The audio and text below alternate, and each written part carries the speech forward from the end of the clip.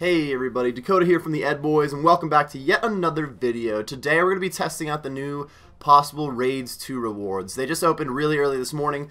They opened up the beta worlds for anybody to go test out the new items. For those who don't know, these beta worlds, you get to log in to a temporary account where you are maxed. You can get any item you want, and you can just go mess around and test stuff out. So worlds 108 and 109 right now, I don't know how long they'll be open, but currently you can switch to this temporary profile at the on the beta world.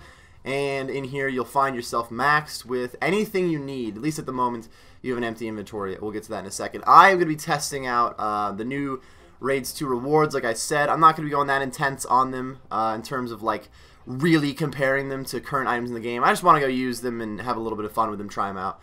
So I'll be grabbing those in just a second. As you can see, 13,034,431 XP in every skill. We'll go get 200 million something real quick and have at it. To those who have already been in the beta worlds before, I believe this is a new thing. Where in the bank you do have some supplies already in here for you. You get 100 dragon pickaxes and 100 dragon axes. Look at the cash in here, 540 mil bank. Beautiful. You get a bunch of somewhat helpful supplies if you need them here in the bank. The big thing is like the rock tails, honestly. But a few potions, some food, a few helpful teleports, and 84 buckets of sand apparently from Bert.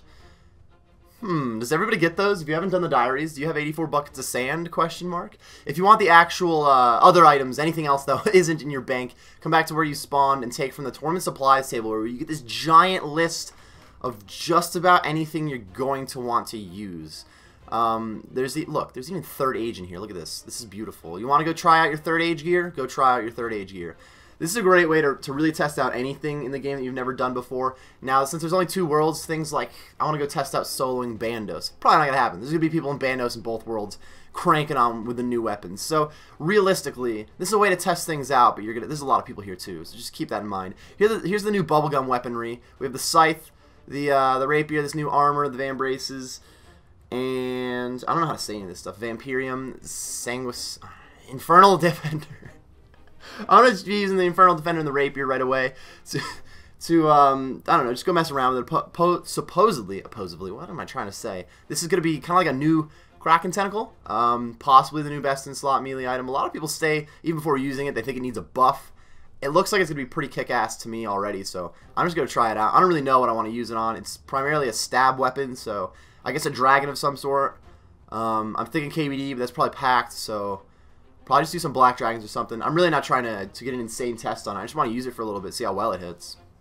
Not gonna lie, so far so good on this Rapier. This thing freaking rocks. Compared to the Tentacle, I feel like I've been doing a little bit better than when I have a Tentacle. One thing to keep in mind is I'm also, at the same time, I'm using this Infernal Defender, which is also a new item. Clearly, anytime that I've used a Kraken or an Abyssal Tentacle in the past, I didn't have an Infernal Defender on me because it didn't exist. I could go get the Kraken Tentacle and really compare them, but I'm not here to use a Kraken Tentacle. I'd really rather be using this Rapier because it fucking rocks. The biggest hit I've seen so far, I think I've maxed out at a 51. I assume you could do a little bit better because I haven't been testing for hours or anything. It's pretty accurate. It's been plowing through these KBDs or these regular BDs, and honestly, the fact that it's non-degradable, in my opinion, I don't know. This is going to be better than the Kraken Tentacle in a lot of ways for like regular Slayer, I guess.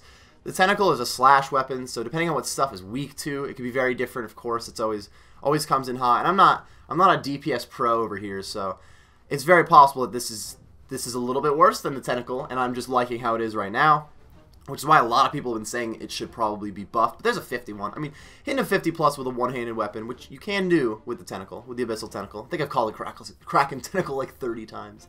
It's a pretty powerful weapon so far. This Rapier, I don't quite know how to say the first word in the Rapier, so I'm gonna wait to hear it like 6 or 7 more times before I even give it a solid attempt. But we all know which weapon I'm using here. The Pokey Stick does pretty good damage, is pretty accurate, and doesn't degrade. It looks like an awesome piece of Slayer equipment. I am not gonna lie to you. So apparently this isn't a good strategy for soloing Vanguards. I'm really not trying to kill these things. They just give the perfect opportunity to keep using the Scythe because they just heal up as I crank on them. This Scythe is really dank. If it's a large enough monster similar to the Crystal Halberd, it'll hit multiple times, apparently up to 3 times. And it's super slow, but hits really hard. I may have missed, like that was a really good hit. I may have missed in the dev blog if there's like a sort of a cap on what each each hit can hit, because I've done a 42 on a single hit, and the fact that I can hit 3 times to me means I could possibly hit a 126 in a single hit. I don't know if there's any cap on that, whereas like with the Dragon Claws, when you use your spec, your first hit's your biggest one, and then it keeps like cutting it in half or something for your other 4 hits. Or at least it cuts it in half once, and then the other 2 hits are just half of the second hit. I don't know. Something like that. I don't know if that's the case on this Scythe. I may have missed that. But overall, it's really fun to use because how much it cranks. Doesn't seem that that helpful overall because of how slow it is. Maybe there's a few niche situations that it's really good. I haven't put that much thought into it. Overall, it's a really dank weapon, though. I'm not going to lie. Really fun to test if you haven't tried it out. After Vanguards, I ended up deciding to take the Scythe over to Bandos and Zami. I just wanted to take it to some boss that I thought a lot of people would be there to try to compare it. There's a lot of people in here with their Kraken Tentacles and their Elder Mauls and whatnot, so I did not have a great time trying to get a kill. As expected, the Scythe is not the best DPS option out there at the moment, even though it hits pretty hard and can hit multiple times. It is pretty slow and pretty inaccurate too, so overall, I feel like practical uses, there's not a lot for this weapon, but again, it's enjoyable to use, and we're all just playing a video game, so you probably should be leaning what's more fun to do when you're playing a video game. At the same time, understandably, probably not getting a ton of use. When I took the Zami's weak to slash, and it is a slash weapon, so I figured it would do a little better, and it did. It cranked pretty hard, but I still wasn't beating people to kills, mostly because you know, the arc light exists. But that's no big deal. That doesn't matter. I have a Scythe. You guys don't even understand. Bubblegum Scythe for the win. The next item that I tried out was the Sanguinesti Staff. This is actually a pretty interesting item. It's basically a trident, but it has a Blood Barrage spell in it. Maybe not Blood Barrage since it's not multi-target, but it requires 4 Blood Runes per charge. Not in the beta worlds. They didn't make me charge it in these worlds, but when it actually comes out, apparently it's going to take 4 Blood Runes per cast, which is a little bit pricey. 1 in 8 chance to heal you for 50% of the damage that you did. It heals pretty low for how much it looks like it'll cost per spell, which is kind of a downside, but it's a really interesting weapon. It's like having Guthins, but in a mage staff. I know, he said Guthins, not Guthins, type so many O's, Jesus. Anyways, it's an interesting weapon, but it doesn't seem that helpful because of how much it might cost. I just brought it to Dust Devils here just to see if I could pull off some decent heals without... I didn't really want to try to take it to a boss or anything. This just seemed like a really easy example to go test it on. And honestly, it kind of cranks like a trident, and it has the same animation as Guthins when you get the heal, so you know when you did heal up, and it can heal you up pretty well, but I think the main thing is like 4 Blood Runes per cast. On average, you're using 32 Blood Runes, because it's 8 casts to get the 1 heal, and it only heals half of the damage you did. Look at this guy. I hope this guy's purposely trying to die. He has an Ancestral hat on. Look at him. Look at him. He's about to get cranked. Anyways, so far so good on the staff. I like it. It just seems like it's going to be way too expensive to actually use. I don't know. So the armor and the Vambraces were definitely the 2 things that I wasn't really that excited to test out. The Vambraces, all it's really doing is making your ranged weaponry better. So BP, Twisted Bow, for instance, probably going to get some better hits with. I believe it's a range strength bonus.